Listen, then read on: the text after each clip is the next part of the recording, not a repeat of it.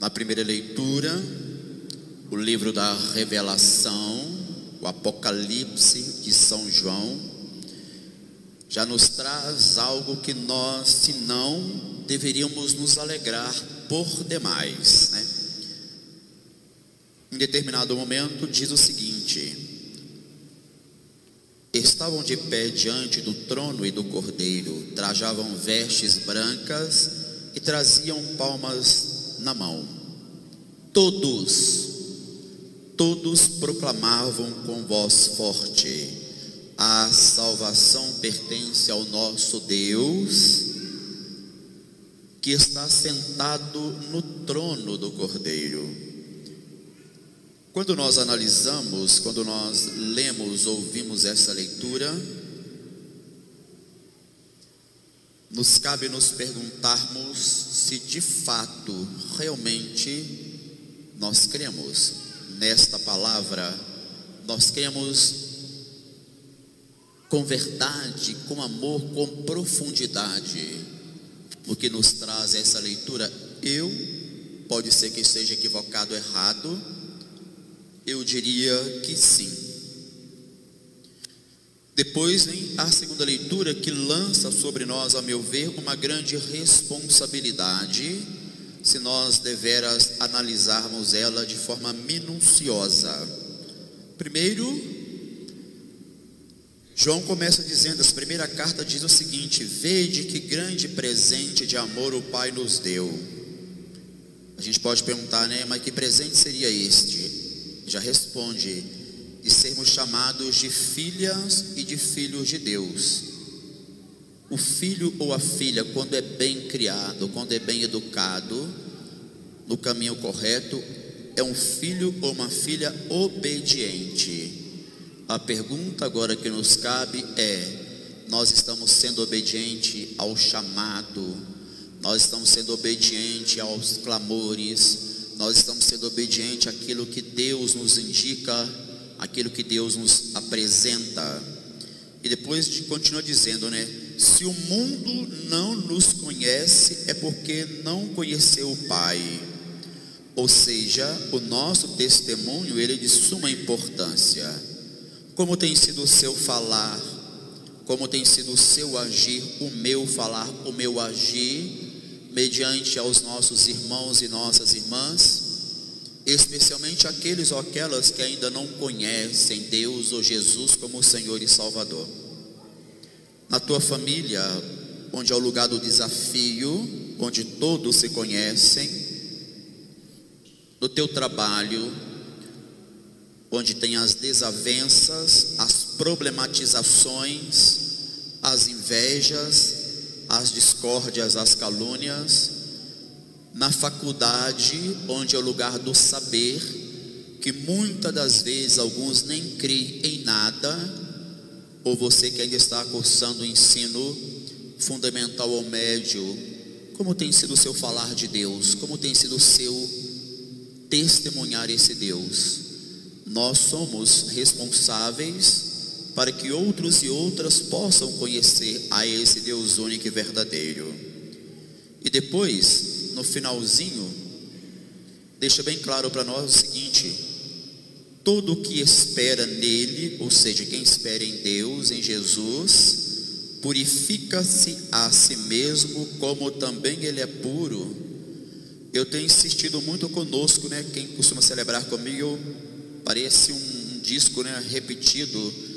Eu tenho falado que nós precisamos buscar a nossa conversão diária. Eu penso, não estou falando que isso é verdade, e cada verdade é vista de um lado, de uma maneira. Também nunca li nada a respeito, então estou falando do que eu penso. Quando Deus me chamar, Ele não vai perguntar para mim quantas missas eu celebrei, quantas eucaristias eu recebi, não. Isso é minha obrigação, isso é sua obrigação. Mas Ele vai perguntar para mim: ah, Pedrão, você foi padre, cada eucaristia, cada celebração te fez você ser melhor, ser diferente diante do teu irmão ou da tua irmã? Isso vai ser o grande problema o grande diferencial. Então nós temos que nos perguntar como que está realmente o nosso falar de Deus para aqueles irmãos e irmãs que às vezes são de outra denominação, que não fazem parte de outra igreja, e não merece a nossa crítica, mas merece o nosso respeito, a nossa oração e sobretudo o nosso testemunho. E aqueles que nem creem em Deus, que diz ateus ou ateias, como que tem sido o nosso acolhimento de amor, de carinho, de misericórdia, para que depois o meu testemunho, o nosso testemunho, o nosso falar de Deus possa lançar semente na vida, no coração dele, para que aos poucos ele ou ela vai se transformando.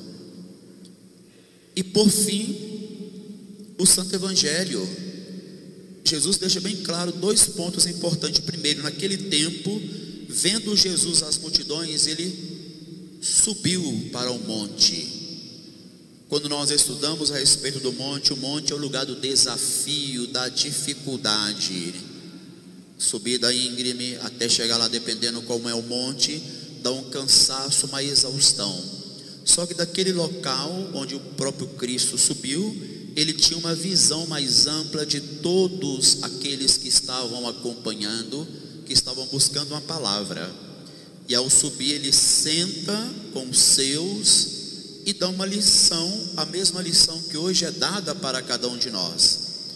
Dentre todas as bem-aventuranças, do qual Cristo lança para aqueles homens, mulheres, e lança hoje para nós, eu penso que a que mais vai nos cobrar é a seguinte: bem-aventurados sois vós, quando vos injuriarem e perseguirem. Vocês perceberam que louvado seja Deus, agora nós paramos, né? Mas não estava com a mania de falar, e o comunismo está aí, mas tudo é comunismo. Se o comunismo chegar, qual que vai ser o seu testemunho? Se o comunismo chegar, como que você vai proceder? Como que eu vou proceder? Para aquele que crê no Deus único e verdadeiro, eu continuar dando o testemunho. Você vai perder sua cabeça, que eu perco, mas o Deus eu não perco. Eu vou te matar, que me mate, mas a salvação do meu Deus eu não perco. É o que está falando aqui.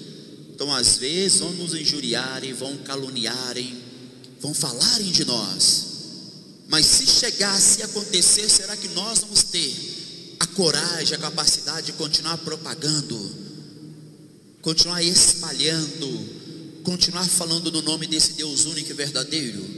A resposta ela é individual, porque por enquanto nós temos o privilégio de celebrar com portas abertas, nós temos o privilégio de andar com a camisa com o rosto desse tamanho de Jesus estampado no peito, ou o rosto de Maria.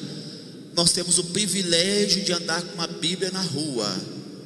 E quando começarem essa proibição, qual será a nossa atitude? É aí que nós vamos ver quem realmente não somente fala, mas quem realmente vai provar e comprovar que Deus é o único Senhor e o único Salvador.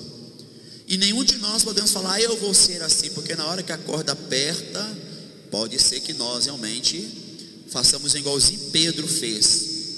Você não é aquele que anda com Jesus? Eu não, eu nem conheço aquele grupo. Então oremos, vigiemos. E a leitura, esse finalzinho continua dizendo, né?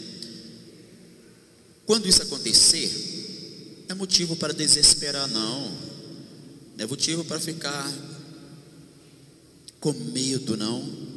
É motivo, segundo a leitura, para que nós nos alegremos e exultemos, porque grande será a recompensa de cada um de nós, não nesta vida, mas no céu. E terminando, queridos irmãos e irmãs, nós precisamos nos perguntarmos, né? Nós estamos celebrando os santos e santas. Em nome de Jesus, põe na tua cabeça que ser santo, ser santa não é só os que estão no altar, não. Todos nós somos chamados e chamadas a levar um caminho de santidade. Eu tenho repetido em todas as missas: conversão diária, testemunho e santidade. Eu tenho quase todas as celebrações repetido isto. E aqui nos cabe uma pergunta: você que é casado, você tem vivido, você tem testemunhado, você tem procurado um caminho de santidade no teu matrimônio, no teu casamento com a tua esposa? Como que está? esse seu proceder no caminho santificatório. E você, esposa, como que você tem procurado ajudar ao teu marido, juntamente com ele, marido e esposa, ajudar os filhos e filhas a trilhar um caminho de santidade no testemunho? E você que está namorando, você está levando o namoro desenfreado, o namoro de acordo com o mundo nos apresenta, ou você tem levado o namoro como Deus quer, o namoro santo, lembrando que o teu, que o meu, que o nosso corpo é templo, ou deveria ser templo, onde habita o Espírito Santo? Como tem sido o seu namoro? E você que é filho, que é filha, todos nós, como que você tem demonstrado esse Deus de bondade, amor e misericórdia, buscando a santificação, sendo obediente primeiramente aos pais, aos professores e de uma maneira geral a todos, especialmente aos mais velhos? Pessoal, o fato é que todos nós somos chamados a um caminho de santidade. Nós temos procurado, nós temos desejado, nós temos lutado para essa santidade. E, por fim, cada um de nós, na sua individualidade, na sua particularidade, vamos ser cobrados por Deus.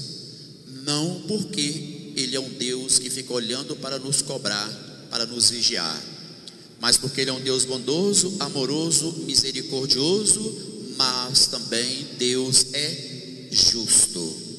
Por isso busquemos uma vida de santidade, espelhando, buscando imitar os nossos santos e santas de devoção, para que nós tenhamos a certeza de que, assim como falou a primeira leitura, o Apocalipse de São João, nós seremos também lavados, alvejados no sangue do Cordeiro, para que assim sendo, a nossa salvação e a nossa santidade seja certa.